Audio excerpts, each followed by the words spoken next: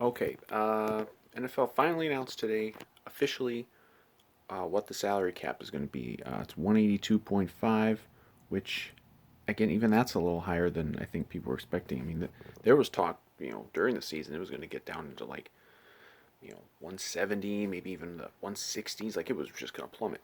It didn't plummet, so you know we're in good shape now with the Vikings. Like people were losing their minds about all the stuff we were going to have to do to get under the salary cap here. We're almost there. Like just the moves they've already made, just the couple moves they've already made, um, they're already there almost. There's like I think they're like 2.5 million above the cap right as it stands right now, and so it's kind of just a little not really a free agency preview, but just like what can be done to kind of get not just under the cap because you still obviously you need money to sign your draft picks, but you also they want to. I'm sure they want to have at least the option to go out and try to make a signing, particularly a guard. I think if they make any significant signing, like a Michael Pierce level signing this offseason, it's going to be a guard. Um, but and of course, there's a lot of guards out there. There's a lot of free agent guards out there because a lot of teams are having to do even more cuts than the Vikings. And a lot of them are cutting guards, and there's a lot of free agent guards out there. So I mean, I'm all for bringing in like a good, solid, sturdy free agent guard, um, and I think they might do that. But so as far as guys that we still have to cut, I mean, Shamar Stephen, I'm still surprised, frankly, that he hasn't been cut. Maybe they want to keep him. Maybe that I don't know. Maybe they're gonna try to like I know they tried to do a restructure for Dan Bailey right before they cut him, and he wasn't getting paid that much, but they tried to restructure him. Didn't take it. They cut him. Maybe they're gonna try the same thing with Stefan. I don't know what value there is in doing that because frankly, I just don't think Shamar Stefan has any value. And that's a area that you really need to improve. And he was bad, and it just didn't work out. The return didn't work out with him. So you can just jettison him right now, and that would save you a couple million. They have to get you down there. I know there's been talk about even cutting Britton Colquitt. You know that's not going to save you that much money, and you got to have some sort of veteran presence on your special teams. I don't think they're going to want to go into the year with like essentially a rookie kicker and a rookie punter. Um, as far as other guys to just cut, see a lot of guys are just free. A lot of guys are just free agents that are gone. Like Eric Wilson's gone and Anthony Harris is gone, and some other guys. I don't know if there's going to be any more cuts like of note. I know people like two big names that have been talked about: um, Anthony Barr and Riley Reef. Um, I've seen a lot of people really convinced they're going to cut Riley Reef. I don't know that they're going to do that. Like again, if their plan is to get rid of Riley Reef, I don't get why they give him the bonus at the end of the season. He didn't quite make the playing time bonus in his contract because he missed the last week because of COVID. You know, are you really going to give him that money just to be nice? Like I assumed the second that happened that they're doing this because it's kind of like a make good thing because we want to bring him back, and I think they should bring him back. Like I don't think Riley Reef is an issue really. Like left tackles play well into their 30s, so it's not an age thing with him, and he's still pretty good. And you don't necessarily have the replacement in hand. Maybe you shift Ezra Cleveland over there, but he did okay at guard. Maybe they don't. Maybe they still have the plan to have him be the left tackle of the future. But of course, then you need two guards.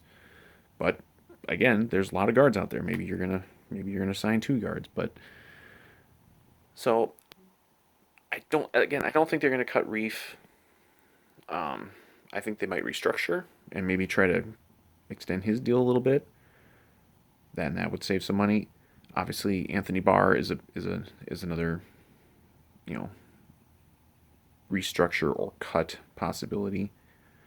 We know they like Anthony Barr, and you know I would be shocked if they cut him like outright maybe if it's a thing where they try to restructure him a little bit and he doesn't go for it, they could cut him. I mean, that's how it happened. How it works a lot of times. That's basically how it happened with Rudolph. Um, they don't always want to take the pay cut, and he might think that he can get some money on the a better deal on the market, and that might be true. But I don't think they're like going to be like climbing over themselves to cut either one of them. Um, and then there's lots of restructure possibilities. Harrison Smith would seem to be a no-brainer um, because he's got I think 1 year left, and I think you want to keep him long term still. Um, you know, maybe Thielen. There might be a Thielen, restructuring there. Um, and restructured. People think restructuring means pay cut. It doesn't always mean pay cut. Sometimes it is. Sometimes it's pay cut, but sometimes it's just you help us out a little bit now. I could because this is going to be the 1 year with the lower cap. Next year it's going way back up. I wouldn't be surprised if next year depending on when like the TV deal, the new TV deal they're going to have kicks in officially. I mean, the cap for next year might go up 50, 60 million. It really might. Um, so you're going to have money in 2022. Maybe not going to have money for this year, but I could see it where, maybe you want to, restructure a Smith or a Thielen or Reef or Barr and really lower their 2021 number, but then put a whole bunch of that money back into 2022. You know, so it could be like a thing where like even if the cap goes up, 50 million next year, well you've already taken up a bunch of that with some of your extensions, and I'd be fine with that. Like, it's all monopoly money. If you could fit it under the cap, do it. Like, and they're only in the position they are now because of the pandemic. That's why people are ripping Spielman and rip Cousins and rip everybody. Like, if not for the fucking COVID coming through, the cap would have probably gone up a normal amount this year. They wouldn't have had to cut anybody really. I mean, they probably would have cut a couple guys. They still might have like over Rudolph, but I'm sure they wouldn't have been worrying about Barr or Reef or any of these guys. It's just the way it works. It's just bad timing. I mean, and there's a lot of the league um, that's dealing with this same thing. I mean, there's only you know a handful of teams that are in great cap shape. I think I saw like Jacksonville's got like $70 million in cap space. Of course, most of the teams that have the cap space are bad. Um, but that's how it works. So yeah, I mean, so restructuring candidates. I mean, obviously, then you can bring up Kirk. I mean, we're what, a week away or a little over a week away from the 2022 salary becoming locked in. People are going to freak out when that happens and they haven't done anything, but there's no pressure to do anything. They don't really have to do anything this offseason. Like, if they want to do something with Kirk where they cut his, it wouldn't even be like a pay cut. They probably cut his 2021 salary a little bit and just push it into the following year, and would help them a little bit. I don't know that they'll do that. I don't know if they need to do it. I think like a lot of it is like, okay, if you want to sign someone in free agency, well, you got to make some sort of cap in-house cap move to do it. You know, if these situations don't really present themselves, maybe they won't even have to do much.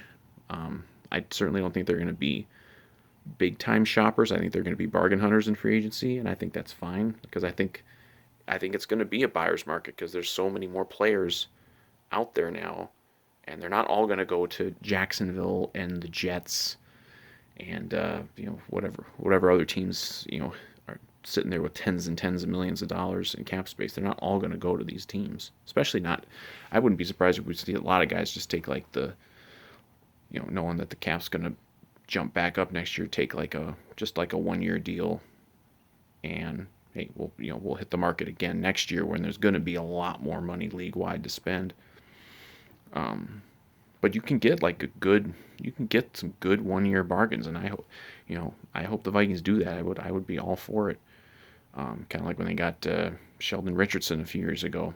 They got him on a 1 year deal, and then they let him go. But hey, you got him on, you got a good player on a 1 year deal. Go ahead and do that. Um, but yeah, I wouldn't expect much.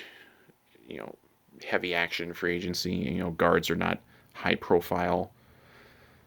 You know, those aren't the positions that get the attention, but that is a position that we need, and I think it's a buyer's market for that position.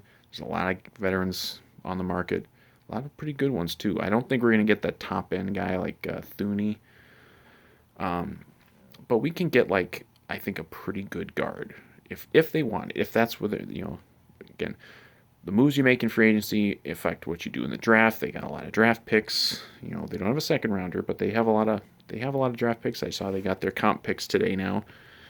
Um, so they're going to have a couple extra picks there. You can, you know, the more holes you can fill in free agency, the less you have to kind of draft for need in the draft, and that's always helpful. But I think just my opinion. This is based on anything. You know, I would say if they're going to do any sort of significant signing in free agency, it's going to be a guard. I don't think it's going to be a D tackle. I don't think it's going to be a pass rusher. I don't think it's going to be a cornerback. I don't think it's going to be a safety. I don't think it's going to be any of these other positions. They might. I mean, they might sign some guys, on bargains, and some of the former Vikings who I've mentioned before. I would certainly look into, but you know, for all the hand wringing and Chicken Little stuff about, oh my God, the Vikings of the salary cap. Oh, we're screwed. Rick screwed us. We're coming into free agency here, officially starting in a few days, and we're in decent shape. I mean, certainly compared to a lot of the league, and we have a lot of options. They're always good at the at getting the restructurings done to help the cap out. And I think they'll be fine. I think they're gonna be able to fill some holes in free agency, and then hit the draft good. Obviously, you gotta hit on your draft picks. You always do, but we're coming off a pretty damn good draft class, in my opinion, and I think we got a shot to. I mean, we've had a lot of good off seasons. A lot of times we look at the off season haul and we're like, wow, we really did good. And it doesn't always translate. That doesn't they always say the team that wins, in free agency is not the team that wins, um, you know, in the playoffs. But sometimes it is, and I think we got a shot to make some nice moves in free agency here because we're going to have the money.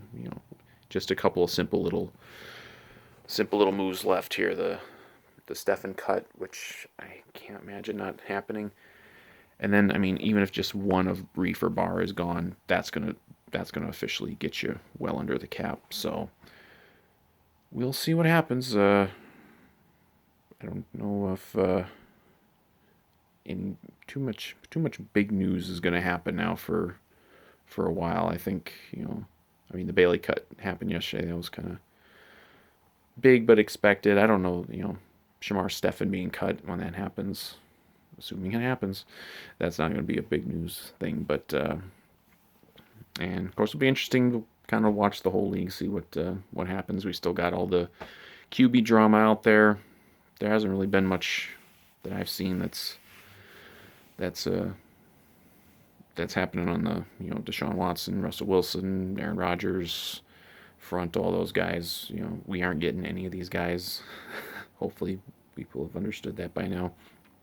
But so yeah, but yeah, we're all right in the cap. People wanted to just freak out about the cap. We're fine. I don't know how many more times we have to get this through to people. That with Spielman, Brzezinski, the brain trust over there, they may not always make the right personnel moves, but they always figure it out with the cap. Even in the COVID year, they figured it out with the cap just fine. So let's go. Let's get it done.